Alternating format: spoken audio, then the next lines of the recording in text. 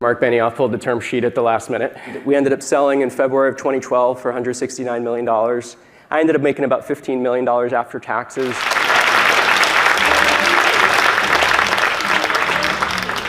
Hey folks, if we haven't met yet, my name is Nathan Latka.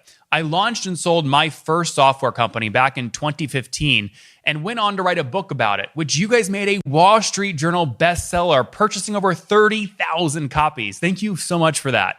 After the book, I launched this show and went on to create founderpath.com. I raised a large fund to do non-dilutive deals with B2B software founders. So far, we've invested in over 400 software founders, totaling $150 million. Here in 2024, we're doing 3 to 4 new deals per week. So if you're looking for capital and don't want to give up equity, go sign up at founderpath.com for free to get your offer. All right, let's jump into the interview. I got to meet Nathan about 15 years ago in 2009 in Virginia, like he said, and I think you were 20 at the time, something like that, 21. So it's great to be back here today. My background is building a company called iContact in the email marketing space. I started that company 22 years ago as a freshman at University of North Carolina at Chapel Hill. And I was very sad last night to see the Tar Heels lose by 2 points to Alabama, but it's okay. Today what I do is I'm building a community specifically for SaaS CEOs and founders called SaasRise. We started that about 6 months ago, and it's a community for SaaS founders with at least $1 million in ARR up to $100 million in ARR. Check us out at SaasRise.com. What I'm going to talk about today is how we scaled up customer acquisition and how we grew iContact from 0 million to 50 million in annual recurring revenue. And I'm going to talk about how we figured out our unit economics, our math, our business math behind the business. I'm going to talk about how we bootstrapped. We didn't take any outside capital. We lived in the office for the first year. We took no salaries for the first 3 years and just accrued them. And then once we got to $1 million, then we raised capital. I'm going to talk about how we figured out that an average customer cost us $500 and then would generate $1,800 in revenue over their life. And then I'll talk about how we raised venture capital, made 10 different marketing channels profitable, grew to 250 employees, 50 million ARR, 70,000 customers, built up a mid-market sales team to add another 20 million in ARR into the mid-market segment of our business, since we mainly served small businesses initially. How we eventually sold to $169 million to a public company called Vocus, now acquired by Cision, after Mark Benioff pulled the term sheet at the last minute. To acquire us. And then what the heck have I been doing the last 10 years post-exit? We sold in February 2012. The last 10 years, got an MBA at Harvard, and then spent the last 8 years traveling the world, having an adventure, and I'll talk more about that. Post-exit is coming, and for many of you, and it's an exciting time, so I'll talk about that. You can see this revenue graph starting in 2003, and in 2005, something magical happened. I had lunch with a friend of mine, Judd Bowman, in Raleigh, where I lived, and he said, "Ryan, how much does it cost you to acquire a customer?"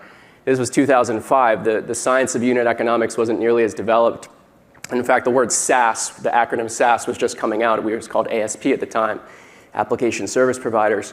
And so he asked me, "Ryan, how much does it cost you to get an average new customer?" I said, "I don't know. I'll go find out." The next week, we had another lunch.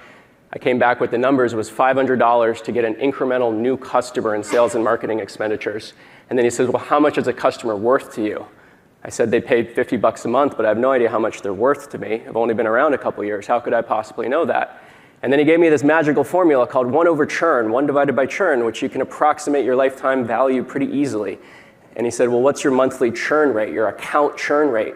And it turned out it was 3.3%. 1 divided by 0.0033 is about 32, 33 months of life. And I figured out very quickly that we were an annuity cash flow stream engine that was trading $500 up front for $1,800 over 3.5 years. And that math allowed us to go to the investors, raise about $40 million over the course of the next 5 years, and scale up to achieve the revenue chart you see here. So in this part, I'm going to talk about how we bootstrapped to that first $1 million in ARR, how we figured out our unit economics, and how we raised VC the right way. By the right way, I mean don't raise more than 1x your ARR. Unless you're building a rocket ship company or a hardware company or a defense manufacturing company, you don't need more than 1x your ARR and equity capital in order to scale. And certainly not before you figure out what your unit economics are. iContact used to be called IntelliContact. Raise your hand if you've heard of iContact before or were a past customer or user. That's about half the room. That's awesome. So we started out as IntelliContact, and then in 2007, right before Steve Jobs came out with the iPhone, we switched it over to iContact. We lived in the office. We did everything we had to do to keep costs low. And this was in between my freshman and sophomore year of college. And then we found the channels that we could get customers without paying a lot of money to get them. And we bootstrapped our way to the first $1 million in ARR. We did a lot of SEO. We did a lot of content marketing. Obviously, Beehive and Substack weren't around at the time. We were using our own tool for that. We're doing a lot of blogging, a lot of SEO, a lot of affiliate programs, a lot of outbound email. So these were some of the channels that we used. We were competing against two big players in the field. This was before MailChimp was big. We were competing against Constant Contact and Microsoft List Builder. So what did we do? We subscribed. We wrote a script, a Perl script at the time, to subscribe to every single Constant Contact newsletter in the world. Back then, they weren't very smart, and you could just add one to the URL landing page and get the next customer and the next customer. So we subscribed to about 100,000 of their customers' newsletters. And then as soon as we got them, we'd send a reply back offering them half off. That got us our first 500 customers. We did the same thing with Microsoft List Builder back in 2003 when they were around. And what we got was a cease and desist letter from Bill Gates' dad's law firm. Kept going anyway. We had nothing to lose, didn't have any assets, and we just kept going. Today, you can use a tool like BuiltWith to get a list of nearly all of your competitors' customers, and then email them, get their emails on Apollo or Seamless, and then upload that email list to Facebook, to LinkedIn, to Google, and actually do a custom audience and show ads to your competitors' customers. Couldn't do that back then, but now it's even easier, I would say, to bootstrap your way to your first million. Now, once we figured out our unit economics, everything got easy. We figured out that our average revenue per account, I call it ARPA instead of ARPU because multiple accounts have some accounts have multiple users, was 56 per account. 3.3% churn, which is normal for SMB. You want it to be lower if it's an enterprise or mid-market, say under 2. But in SMB, 3% is normal. And that created a lifespan of 1 divided by 0.033, 33 months. Multiply 33 times 56, 1850 was the amount of revenue we got. I consider lifetime value to be total revenue over the life, but you could also do lifetime margin if you take out your COGS. Our target CAC was up to 1/3 of CAC. That's aggressive because we wanted to grow, and we knew we could raise capital to grow. If you're bootstrapped, you might want to be more like 1/6 of LTV in order to be able to grow, but do it in a way where you can maintain your balance sheet.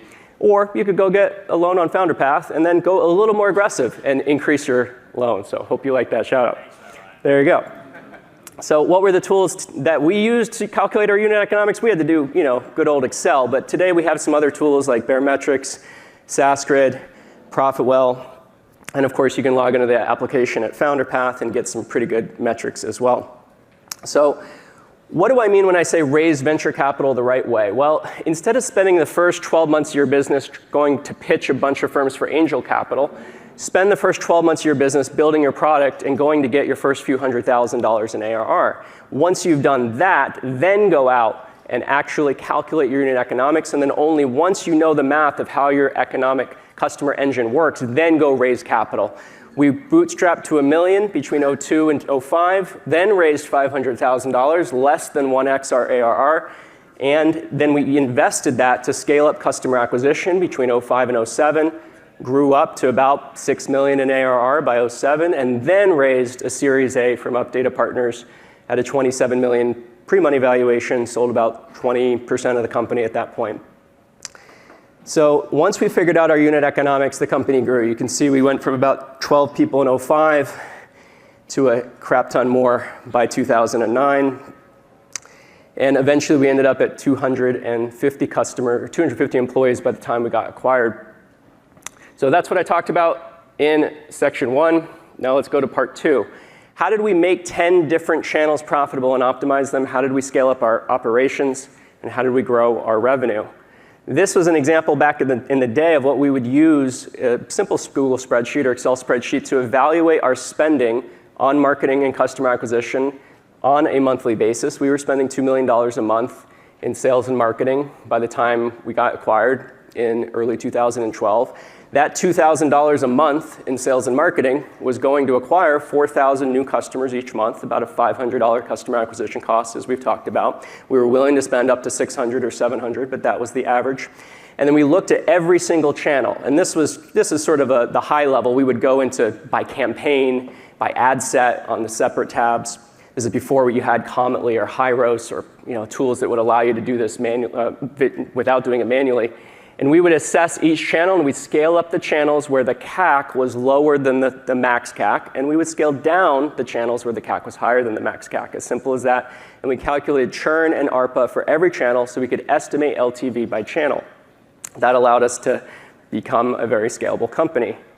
The channels that are working today, in my experience running SaaSRise, this community for SaaS CEOs, are paid search ads, retargeting ads, lookalike ads, custom audience ads. Like I mentioned before, we can go export an email list from Apollo, Seamless, from ZoomInfo, from many other tools, and then upload that to Meta, to LinkedIn, to Google Display, and show ads to your exact people in your account-based marketing, in your ICP, outbound email, review sites, affiliate programs, and events. So these are the ones that, as I coach SaaS CEOs today, help them go from 10 to 50 million in ARR. This is what I'll help coach them on. And then finishing up this section, how do we build the systems inside the company? Well, the very first thing we did was we made everything visible. We created Gecko board dashboards, and we put them on physical TV display monitors all over our office, and we made one for the company and one for every single department. We installed the entrepreneurial operating system. At the time, it was called the Rockefeller Habits, now called EOS, from Vern Harnish. I was a member of EO at the time. And we put that in place. And then that famous photo this was from 2012, but in 2009, Mark Benioff reached out to us and he said, I want to buy your company.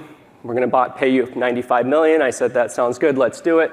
He strung us along for a few months, finally ended up buying ExactTarget a few years later, walked away 2 days before he was supposed to close. Worst day of my life from a business perspective, but it turned out better because 3 years later we ended up selling for almost twice that price. And so stay strong even when you have a failed acquisition. Once Benioff walked away, we said, we've been doing this 8 years. We want to take some money off the table, but we don't want to sell the whole company yet. We went to a mid-market growth equity firm out of Baltimore called JMI Equity, worked with Jitson Ha over there and Brad Wallison, and we raised a $40 million round of capital with the help of an investment bank, Allen & Company. 15 million of that went to the early shareholders.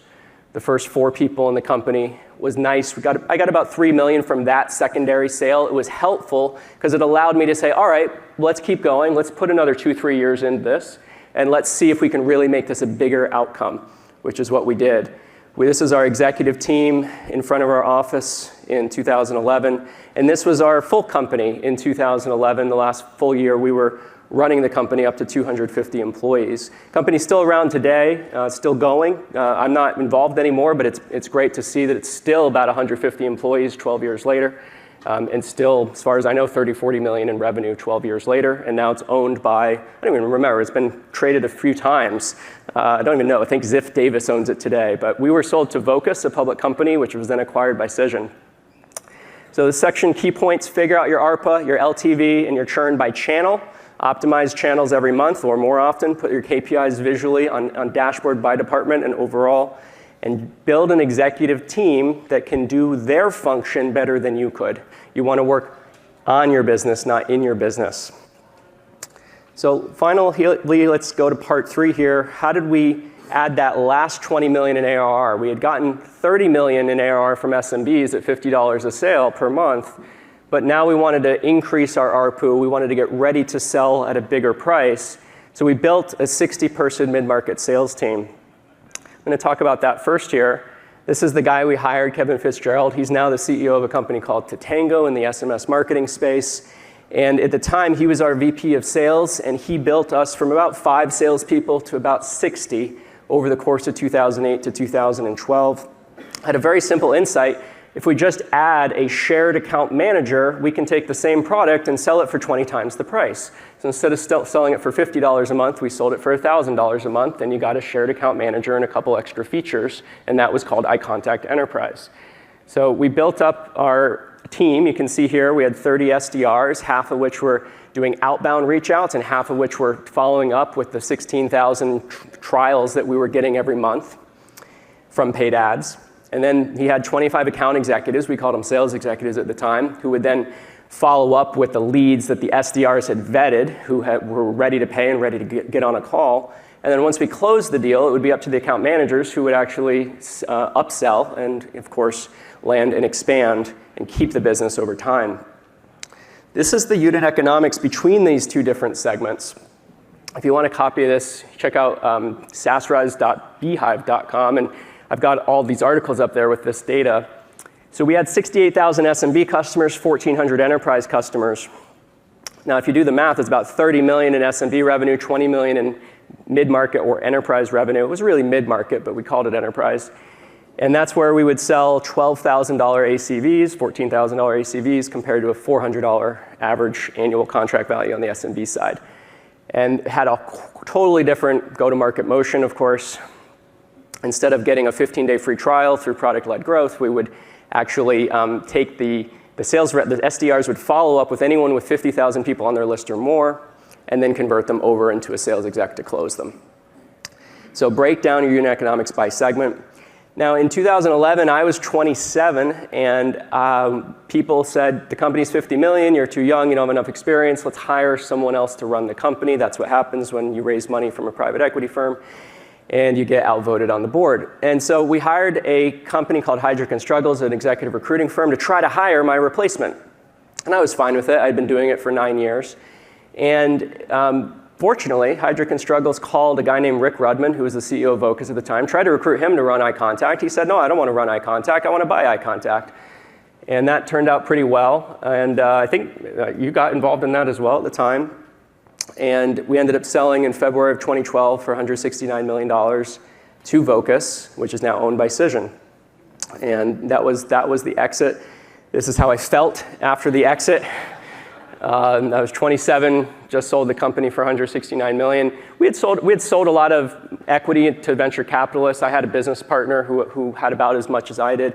I ended up making about $15 million after taxes, but that's good. You know, that's good at 27 especially. And so it felt good. We sold for 3.5 times our ARR. You know, not crazy, not 10x, but you know, that's still pretty good. And I began a journey. I just worked from 18 to 28, you know, 60, 70, 80 hours a week. I began a journey to try to do something different. I dropped out of Carolina in order to build iContact. First thing I wanted to do was go back to school because my mom really wanted me to. This is me getting an MBA from Harvard Business School. They let me in without a college degree, which is pretty awesome, and ended up finishing up there. And then got married, went to Burning Man, the festival in the desert, met my wife Morgan, changed my life forever, and got married. And then we've been spending the last 5 years of our life living around the world. Lived in San Francisco, Los Angeles, San Diego, Bali, Costa Rica, Boulder, Austin, and now we live in Asheville, North Carolina.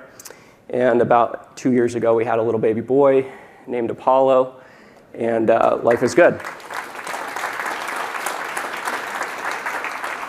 So now I'm a dad, I'm 39, I've been in SaaS for 22 years, and I'm like the oldest, youngest SaaS person out there. And what else is there to do? Well, there's two things I wanted to do. Number one, I wanted to write a book. I wrote a book called Magic Year, which is how to create a life you love up here. And then the thing that I'm really passionate about right now is building community. I was in EO, I was in YPO, and for many years I went to the forums every single month. And I wanted to create, I wish there were at the time I was building iContact, a forum that was just for SaaS CEOs and founders. And there wasn't at the time. And I wish I had that because it would have enabled me to get the specific niche expertise that I needed to scale up my B2B SaaS company. So what I'm building today is a company called SaasRise. We're at SaasRise.com. It's a community, it's a mastermind community for CEOs and founders of SaaS companies with at least 1 million in ARR. Our average member has 9 million in ARR right now. We have 140 members. It's $200 a month to be part of it, for example. And every Wednesday, we have 3 mastermind calls that are optional. You join it, and you can become part of this mastermind. And then we send out growth content and videos to help you scale your customer acquisition. So that's what I'm doing today. We have a community of about 165 SaaS CEOs, and I'm excited to continue growing that in the years ahead. Our goal is to get this to over 1,000 over the next year, so when I come back next year, we'll be over 1,000. Would love to have some of you in there as well. I think that's what I'm wrapping up here with. This is what I've shared over the last 20 minutes. I'll give you my email. It's ryan@saasrise.com. If I can provide any clarity on the math behind unit economics, let me know. I was part of the group in 2005, 2006, 2007 that was sort of inventing some of that terminology, inventing some of that methodology. And I am passionate about the analytics behind unit economics, because once you unlock that, you can really scale up your customer acquisition and business. So please email me, ryan@saasrise.com. My phone number and WhatsApp number are also on the last slide here. So if you want to grab that, let's see here. It's in the bottom left there. Feel free to WhatsApp me, SMS me, email me. And if you're a SaaS CEO or founder with at least 1 million in ARR, please apply to join us at SaasRise.com. Would love to have you. Thanks so much for having me today. Thanks, Nathan. Thanks to the community.